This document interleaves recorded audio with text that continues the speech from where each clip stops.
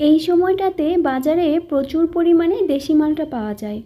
বাজার থেকে বেশি টাকা দিয়ে জেলি না কিনে পারফেক্টভাবেই দেশি মালটা দিয়ে জেলি রেসিপি আজকে আপনাদের সঙ্গে শেয়ার করছি।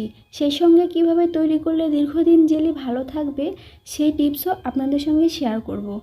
জেলি তৈরির জন্য প্রথমেই বড় সাইজের 3টা মালটা খুব ভালো করে কেটে টুকরো করে নিয়েছি। এগুলো হ্যান্ড ব্লেন্ডার দিয়ে ব্লেন্ড করে নেব। তবে আপনারা চাইলে ইলেকট্রিক ব্লেন্ডার দিয়েও ব্লেন্ড করে নিতে পারেন।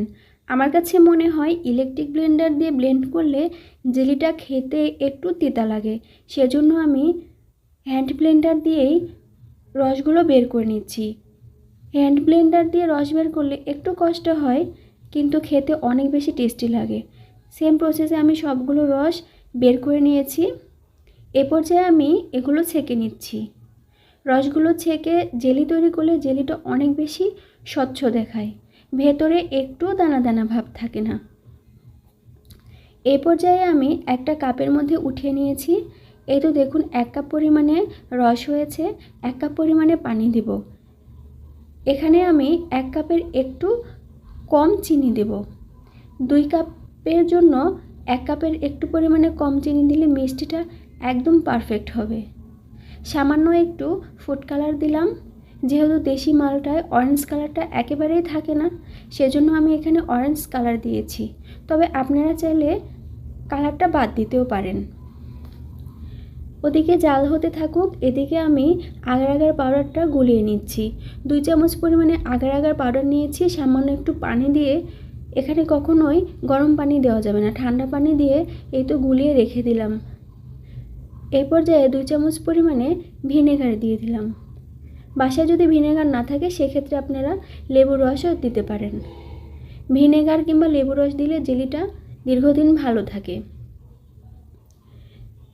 এই তো আগার আগার পাউডার দেওয়ার আগে আমি আবার একটু কিন্তু চামচ দিয়ে নেড়ে নিয়েছি এবং তারপরে 5-6 মিনিট জাল করে নিয়েছি একদম মিডিয়াম হিটে। পারফেক্ট হয়েছে কি না একটা পাত্রের মধ্যে উঠিয়ে একটু চেক করে নিচ্ছি। দেখুন একটু গড়িয়ে পড়ছে না, তার মানে একদম পারফেক্টভাবে হয়ে গেছে। এবার চুলা থেকে নামিয়ে নেব। একটা কাঁচের জার নিয়েছি, তার উপরে কর্ক দিয়ে জেলি আমি ঢেলে নিচ্ছি কাঁচের জারে। কাঁচের জারটা অবশ্যই গরম পানি দিয়ে ধুয়ে রোদে শুকিয়ে নেবেন, এতে করে জেলি দীর্ঘদিন ভালো থাকে।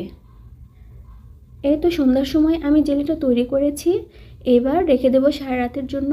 ফিরে আসছি পরদিন সকালে। দেখুন একদম পারফেক্টভাবেই জেলিটা সেট হয়েছে।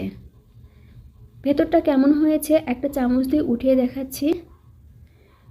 কতটা স্বচ্ছ দেখাচ্ছে দেখে নিশ্চয়ই বুঝতে পারছেন। একদম পারফেক্টভাবে তৈরি হয়েছে।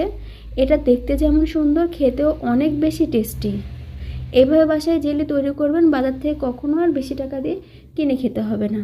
তবে রেসিপি কেমন লেগেছে কমেন্টে অবশ্যই জানাবেন।